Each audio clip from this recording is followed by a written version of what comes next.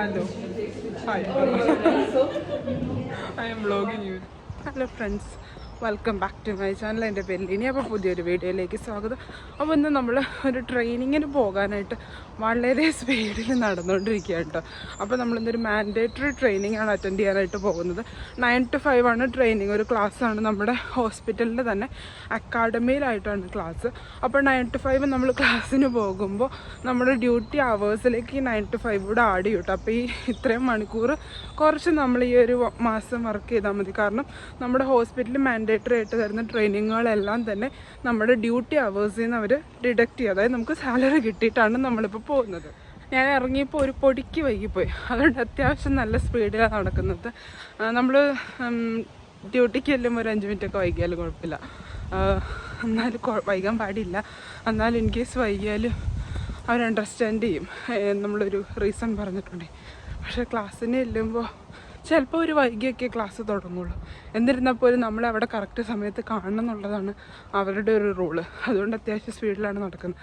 നമ്മളിങ്ങനെ കുറച്ച് ദിവസം ഡ്യൂട്ടിയൊക്കെ ചെയ്ത് ഇടയ്ക്ക് ഒരു ട്രെയിനിങ് ഡേ ഒക്കെ ഒരു ഭയങ്കര ഹാപ്പി ആട്ടോ. കാരണം അവിടെ പോയി അത്ര സമയം വെറുതെ ഇരുന്ന് ക്ലാസ്സൊക്കെ കേട്ടാൽ മതി. സാലറിയൊക്കെ കിട്ടും.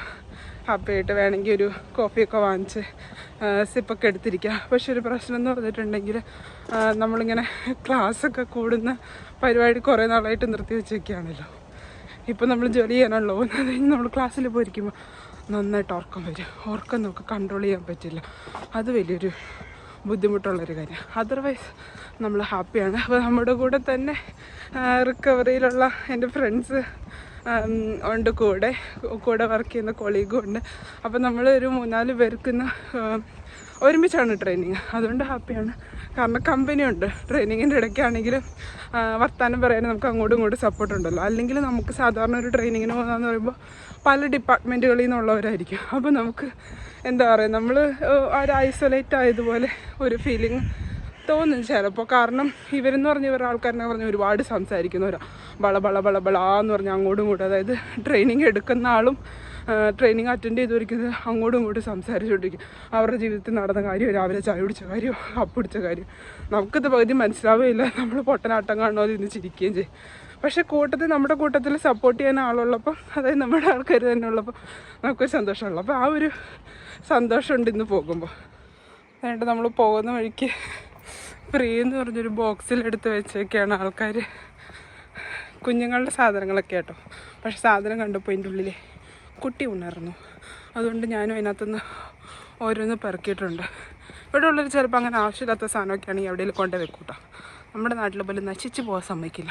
ആർക്കെങ്കിലുമൊക്കെ ഉപകാരം ഉണ്ടാവട്ടെ എന്നവർ വിചാരിക്കും. 9 മണിക്ക് ട്രെയിനിങ് തുടങ്ങുമെന്ന് പറഞ്ഞാൽ നമ്മൾ കറക്റ്റ് 9 മണിയായപ്പോൾ ഇവിടെ എത്തിയിട്ടോ. പക്ഷേ അപ്പോഴേക്കും എല്ലാവരും അകത്ത് കയറിയിരുന്ന് പവർ പോയിൻ്റൊക്കെ ഓണാക്കി സെറ്റാക്കി വെച്ചേക്കുമായിരുന്നു. അതുകൊണ്ട് ക്വിക്കായിട്ട് നമ്മൾ ക്ലാസ്സിലേക്ക് കയറി. അത് കഴിഞ്ഞിട്ട് ഇടയ്ക്ക് നമുക്ക് ഒരു ബ്രേക്കൊക്കെ തന്നു. ബ്രേക്കിൻ്റെ കൂടെ ഡ്രിങ്ക്സും ഉണ്ടായിരുന്നു കേട്ടോ. അവർ തന്നെ വെച്ചിട്ടുണ്ടായിരുന്നു. അപ്പോൾ നമ്മൾ ഡ്രിങ്ക്സൊക്കെ കഴിച്ചിട്ട് അടുത്ത സെക്ഷനിലേക്ക് കയറി. ഉച്ചയ്ക്ക് വീണ്ടും നമുക്ക് ബ്രേക്ക് കിട്ടായിരുന്നു കേട്ടോ. അപ്പം നല്ല ക്ലാസ് ആയിരുന്നു. ക്ലാസ്സിൻ്റെ ഡീറ്റെയിൽസ് വീഡിയോയുടെ എൻഡിൽ ഞാൻ എന്താണ് മാൻഡേറ്ററി ട്രെയിനിങ്, എന്തിനാണ് തന്നത്, അങ്ങനെയുള്ള കാര്യങ്ങളൊക്കെ ഈ വീഡിയോയുടെ എൻഡിൽ നമ്മൾ പറയുന്നുണ്ട്. അപ്പം ഞാൻ ഇന്ന് ചോറും കൊണ്ടായിരുന്നു വന്നത്. അപ്പം നമ്മൾ എന്താ പറയുക, അവിടുത്തെ തന്നെ ക്യാൻറ്റീനിൽ പോയിരുന്ന് ഞാൻ കൊണ്ടുവന്ന ചോറ് കഴിച്ചു. ബാക്കി നമ്മുടെ കൂടെ ഉണ്ടായിരുന്ന കൊളീഗ്സ് എല്ലാവരും അവിടുത്തെ ക്യാൻറ്റീനിൽ നിന്ന് തന്നെയാണ് ഫുഡ് കഴിച്ചത്. ഞാൻ ആക്ച്വലി മറന്നുപോയാണ് ചോറ് കൊണ്ടുപോയത്.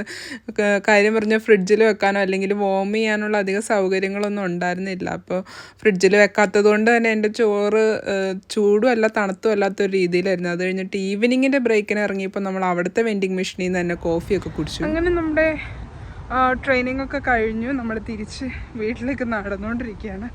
നമ്മൾ ഉദ്ദേശിച്ചതിനേക്കാളും കുറച്ച് നേരത്തെ ട്രെയിനിങ് കഴിഞ്ഞു. ട്രെയിനിങ് കഴിഞ്ഞപ്പോൾ വീട്ടിൽ പൊക്കോളാൻ പറഞ്ഞ നല്ല ട്രെയിനിങ് ആയിരുന്നു കേട്ടോ. അപ്പോൾ ഞാൻ വീഡിയോയുടെ സ്റ്റാർട്ടിങ്ങിൽ പറഞ്ഞായിരുന്നു ഇതൊരു മാൻഡേറ്ററി ട്രെയിനിങ് ആണെന്ന്. അപ്പോൾ മാൻഡേറ്ററി ട്രെയിനിങ് എന്ന് പറഞ്ഞാൽ ഒബ്വിയസ്ലി അതിൻ്റെ അർത്ഥം നമ്മൾ നിർബന്ധമായിട്ടും അറ്റൻഡ് ചെയ്തിരിക്കേണ്ട ട്രെയിനിങ് ആണ്. അതായത് മാൻഡേറ്ററി ട്രെയിനിങ്ങുകൾ എന്ന് പറഞ്ഞിട്ടുണ്ടെങ്കിൽ നമ്മൾ ട്രസ്റ്റിൽ വർക്ക് ചെയ്യുമ്പോൾ നമ്മൾ നിർബന്ധമായിട്ടും അറ്റൻഡ് ചെയ്തിരിക്കേണ്ട ട്രെയിനിങ്ങുകൾ. ട്രസ്റ്റിൽ ഒരു മെമ്പറായിട്ട് അതിപ്പോൾ HCE ആകാം, അതായത് ഹെൽത്ത് കെയർ അസിസ്റ്റൻ്റ് ആകാം, സപ്പോർട്ട് വർക്കർ ആകാം, പോർട്ടേഴ്സ് ആകാം, നഴ്സസ്, ഡോക്ടേഴ്സ്, ആരാണെങ്കിലും നമ്മൾ മാൻഡേറ്ററി ആയിട്ട് അറ്റൻഡ് ചെയ്യേണ്ട ചില കോഴ്സസ് ഉണ്ട്. മാൻഡേറ്ററി എന്ന് പറഞ്ഞാൽ നമ്മൾ നിർബന്ധമായിട്ടും ട്രസ്റ്റിൽ വർക്ക് ചെയ്യണോ ഈ കോഴ്സുകൾ അറ്റൻഡ് ചെയ്യണം. അങ്ങനെ നിർബന്ധമായിട്ട് നമ്മൾ അറ്റൻഡ് ചെയ്യേണ്ട കുറച്ച് കോഴ്സുകളിൽ പെടുന്ന ഒരു കോഴ്സാണ് ഇന്ന് നമ്മൾ കൂടാൻ പോയത്. ഇന്നത്തെ നമ്മുടെ ട്രെയിനിങ് എന്ന് പറഞ്ഞിട്ടുണ്ടെങ്കിൽ നമ്മൾ ഓരോ ഇൻസിഡൻറ്റുകൾ, അതായത് നെവർ ഹാപ്പൻ, സംഭവിക്കാൻ പാടില്ലാത്ത കാര്യങ്ങൾ സംഭവിച്ചു കഴിയുമ്പോൾ നമ്മൾ അതിൽ നിന്ന് ലേണിംഗ് ആയിട്ട് നമ്മൾ എടുക്കുകയോ ചെയ്യുന്നു. അതായത് അതിൽ നിന്ന് നമ്മൾ പഠിക്കുന്നു. നമ്മൾ ഒരു പരിധി വരെ അങ്ങനെ ഒരു ഇൻസിഡൻറ്റ് നടന്നു, നമ്മൾ ഇൻസിഡൻറ്റിന് ഇരയായവരോട്, ഇപ്പോൾ ഒരാൾ മരിച്ചു പോയപ്പോൾ അവരുടെ ആളുകളോട് നമ്മൾ മാക്സിമം അപ്പോളജൈസ് ചെയ്യും. ചിലപ്പോൾ ഒരു ഹോസ്പിറ്റലിനെതിരെ സൂ ചെയ്യുമായിരിക്കും. അപ്പം ഹോസ്പിറ്റലിൽ അവർക്ക് വേണ്ടി പേയ്മെൻറ്റ് നടത്തും, എത്രയാണ് വേണ്ടതെന്ന് വെച്ചാൽ പേയ്മെൻറ്റ് നടത്തും. അപ്പോൾ അങ്ങനെ ഒരു ഭാഗമായിട്ട് അങ്ങനെ ഒരു ഇൻസിഡൻറ്റ് നടന്നു കഴിയുമ്പോൾ നമ്മളങ്ങനെ ഓരോ ഇൻസിഡൻറ്റുകളിൽ നിന്നാണ് ലേണിങ് സ്റ്റാർട്ട് ചെയ്യുന്നത്. അപ്പോൾ അങ്ങനെ ഒരു ഇൻസിഡൻറ്റിനെ ബേസ് ചെയ്തിട്ട് സ്റ്റാർട്ട് ചെയ്തൊരു ലേണിംഗ് അറ്റൻഡ് ചെയ്യാനായിട്ടാണ് നമ്മളിന്ന് പോയത്. അപ്പോൾ ഇന്നത്തെ ട്രെയിനിങ് എന്ന് പറഞ്ഞിട്ടുണ്ടെങ്കിൽ ഓട്ടിസം, ലേണിംഗ് ഡിസബിലിറ്റി അങ്ങനെയൊക്കെയുള്ള അസുഖമുള്ളവരെ എങ്ങനെ ട്രീറ്റ് ചെയ്യുമ്പോൾ നമ്മൾ ശ്രദ്ധിക്കേണ്ട കാര്യങ്ങൾ, എല്ലാത്തിൻ്റെയും ബേസ് എന്ന് പറഞ്ഞിട്ടുണ്ടെങ്കിൽ നമ്മളൊരു ഇൻഡിവിജ്വലായിട്ട് കൺസിഡർ ചെയ്യണം. അതിപ്പോൾ എല്ലാ രീതിക്കും ഇവർ ചെയ്യാറുണ്ട്. പിന്നെ ചില തെറ്റുകൾ സംഭവിക്കുമ്പോൾ അതിൽ നമ്മൾ കുറച്ച് അഡീഷണൽ ലേണിങ്ങുകൾ എടുക്കുന്നു എന്ന് മാത്രം. ഹലോ, ഇനിയിപ്പോൾ നമ്മളിങ്ങനെയുള്ള ട്രെയിനിങ്ങുകൾ എങ്ങനെ ബുക്ക് ചെയ്യുന്നതെന്ന് വെച്ചിട്ടുണ്ടെങ്കിൽ നമ്മുടെ ഇവിടെ എല്ലാം തന്നെ ഓൺലൈൻ ബുക്കിംഗ് ആട്ടോ. അപ്പോൾ നമ്മൾ ഓൺലൈനിൽ നോക്കുകയോ ചെയ്യുന്നത് എപ്പോഴാണ് ഡേറ്റ് ഉള്ളത്, ഏതൊക്കെ വെന്യൂസാണ് അവൈലബിൾ. ഇപ്പോൾ ഞാൻ പ്രിഫർ ചെയ്തത് എൻ്റെ ട്രസ്റ്റിൽ തന്നെ ഉള്ള വെന്യൂ ആയിരുന്നു. കാരണം എനിക്ക് ഇവിടുന്ന് നടന്നു പോയാൽ മതി. അപ്പോൾ വേറെ പുറത്ത് ഏതെങ്കിലുമുള്ള ട്രസ്റ്റുകളുള്ള വെന്യൂ, അല്ലെങ്കിൽ അവർ സ്പെസിഫിക്കലി നമ്മുടെ സ്വിൻഡിന് പുറത്തേക്കുള്ള വെന്യൂസൊക്കെ ആകുമ്പോൾ എനിക്കത് കണ്ടുപിടിച്ച് പോകാനൊക്കെ ബുദ്ധിമുട്ടാണ്. ഞാനിത് ബുക്ക് ചെയ്തതെന്ന് പറഞ്ഞാൽ ലാസ്റ്റ് ഇയർ ബുക്ക് ചെയ്തതാണ്, ഒരു നവംബർ ഡിസംബർ ടൈമിലാണെന്ന് തോന്നുന്നു. ഇപ്പോൾ 5 months കഴിഞ്ഞിട്ടാണ് എനിക്ക് ഡേറ്റ് കിട്ടിയിരിക്കുന്നത്. അപ്പോൾ ചില കോഴ്സസ് എന്നല്ല, മിക്ക കോഴ്സസും തന്നെ നമുക്ക് ട്രെയിനിങ്ങിന് ഡേറ്റ് കിട്ടാനൊക്കെ ഭയങ്കര ബുദ്ധിമുട്ടാണ്.